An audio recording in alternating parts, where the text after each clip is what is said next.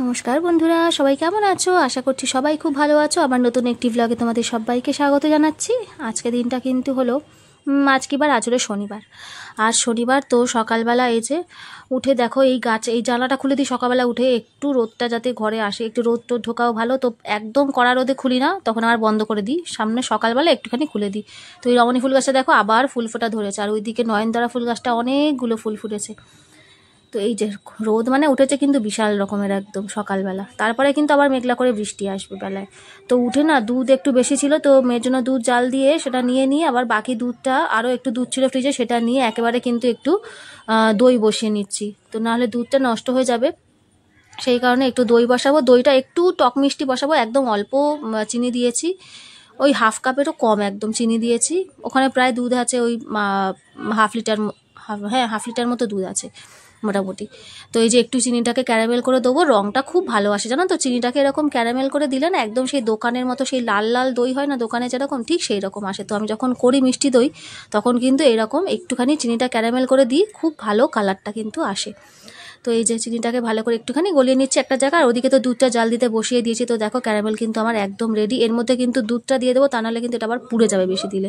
এটা আবার শুধু তো এমনি করে নিতে গেলে আবার কীরকম আটকে যায় কড়ার গায়ে। তো সেই জন্য দেখো একটু দুধ নিয়ে, আর দুধটাও কিন্তু মোটামুটি জ্বালানো আমার হয়ে গেছে, আর কিন্তু এর থেকে বেশি জ্বালাবো না, তাহলে একদম কমে যাবে। তো মোটামুটি একটু কমেছে, ওই 500টা মোটামুটি ওই 400 মতো, 350 400 মতো এরকম হলেই কিন্তু হয়ে যায়, বেশি জ্বালাতে লাগে না। তো এই দেখো ক্যারামেলটা কিন্তু এই যে দুধের দুধ খানিকটা নিয়ে ক্যারামেলের মধ্যে দিয়েছিলাম, দিয়ে পুরোটা নিয়ে এই দুধের মধ্যে ঢেলে দিয়েছি। দেখো যে কালারটা কত সুন্দর এসছে, পুরো একদম দোকানের মধ্যে। এটা যখন বসবে না আরও সুন্দর আসে কালারটা, যখন দইটা বসে যাবে পুরোপুরি দেখাবো তখন দারুণ সুন্দর আসে কালারটা। তো এই যে মিশিয়ে নিলাম, মিশিয়ে এবার এটাকে ঠান্ডা করতে দিয়েছি আর কি। বড়টার আবার সকালবেলা ঘুম থেকে উঠে দেখছি জ্বর, হালকা হালকা গা গরম। কি টিপে দিচ্ছ তুমি? দিদির মাথা টিপে দিচ্ছ? তুমি দিদির মাথা টিপে দিচ্ছ? গাটা গরম, জ্বর হয়েছে দিদি, আর হঠাৎ করে জ্বর, হঠাৎ করে জ্বর এসছে। ওষুধ খেয়েছে দিদি, ওষুধ খেয়েছে। হ্যাঁ বনু খাইয়ে দিয়েছে, হ্যাঁ বনু খাইয়ে দিয়েছে, দেখাচ্ছে বুঝেছিস তো, ক্যামেরাতে দেখাচ্ছে।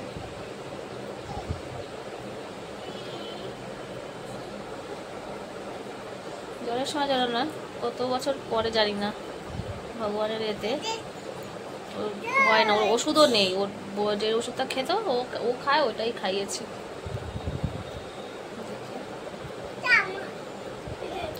চলো আসছি। তো এই যে ঘুম থেকে উঠেই গায়ে ওর হাত দিয়ে দেখছি কিনা গাটা গরম, জ্বর নিজেও জানে না যে ওর জ্বর এসছে। তো এই যে কিছু তো জ্বর হলে তো মুখ তো একদম বিচ্ছিরি হয়ে যায়, কিছু খেতে চায় না। তো ওই যে কিছু খেলে তবে তো ওই ওষুধটা খাওয়াতে পারবো, আর ওর ওষুধ নেই, সেই যে ছোটোবেলায় খেতো বনুর ওষুধ সেইটাই, এখন ওর বনু খায় আর কি।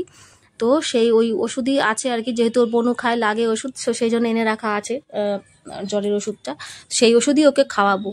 কারণ ঠাকুরের কৃপায় ওর লাস্ট কবে জ্বর হয়েছিল আমার মনে নেই, তো সেই আর কি আবার জ্বর এসছে এখন।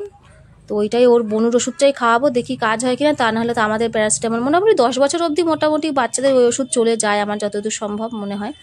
তো দেখো ছোলার ডাল দিয়ে আজকে তো ওই ওষুধ খাইয়েছিলাম, মোটামুটি সেরে গেছিলো আর কি, জ্বর আসছে যাচ্ছে এরকম হচ্ছে আর কি। তো আশা করি সেরে যাবে ওইটা খেয়েই, তো কমে গেছিলো একবার খেয়ে, যেহেতু কমে গেছে আবার কমেই যাবে। তো এই যে ছোলার ডাল দিয়ে কুমড়ো শাক রেডি। কুমড়ো শাকটা কিন্তু গাছের কুমড়ো শাকটা কাটা হয়েছে, সেই ডগা আগের দিন একটু চচ্চড়ি করা হয়েছিল, আর আজকে আবার তুলে এটাও নিরামিষ চচ্চড়ি করলাম ডাল দিয়ে। খুব ভালো লাগে ছোলার ডাল দিয়ে কুমড়ো শাক খেতে।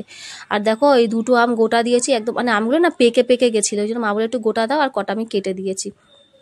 চাটনিটা বেশ ভালো লাগে, কিন্তু এরকম পাকা পাকা আমের চাটনি কিন্তু বেশ ভালো লাগে। একটা আম আছে না একটু একটু যেটা হাফ পাকা হয়ে যায়, একদম অল্প ইয়ে হয়ে যায়, সেটা না ভালো লাগে না আবার খেতে, দেখবে সেটা আবার কিরকম যেন একটা আমটা নরম হয় না, কিন্তু একটু যে নরম হয়ে যায় সেইগুলো কিন্তু বেশ ভালো লাগে আর চাটনিটা খেতে। তো দেখো সন্ধ্যেও দিয়ে দিয়েছে, দুপুরবেলা খাওয়ার সময় আসেনি আজকে। আর এই যে আমাদের খাবার নিয়ে এসেছি ম্যাডাম এখন কালার করতে বসেছেন। ম্যাডাম তোমার হাত ধরে শেখাবো,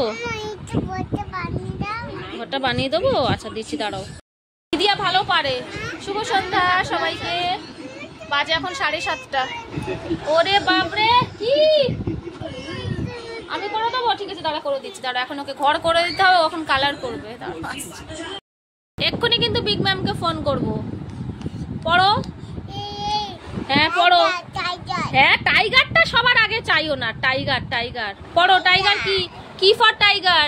টি, টি ফর টাইগার। ওইটা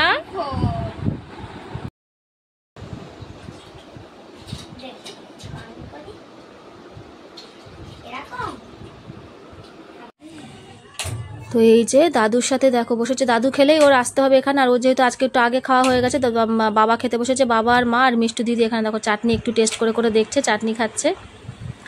তো আমি আর ও বাকি আছি খাওয়া, ওদের বাচ্চাদের খাওয়া হয়ে গেছে। আর ডুগুও খেলো, ডুগু মা বাড়ি গেছিলো, সেখানে আবার খেয়ে বমি করে দিয়েছে, একটু ঠান্ডা লেগেছে বলে ওকে আবার ভাত খাইয়ে দিলাম একটু, তো খেয়ে নিয়েছে বনুর সাথে, চাটনি চেটে চেটে খাচ্ছে।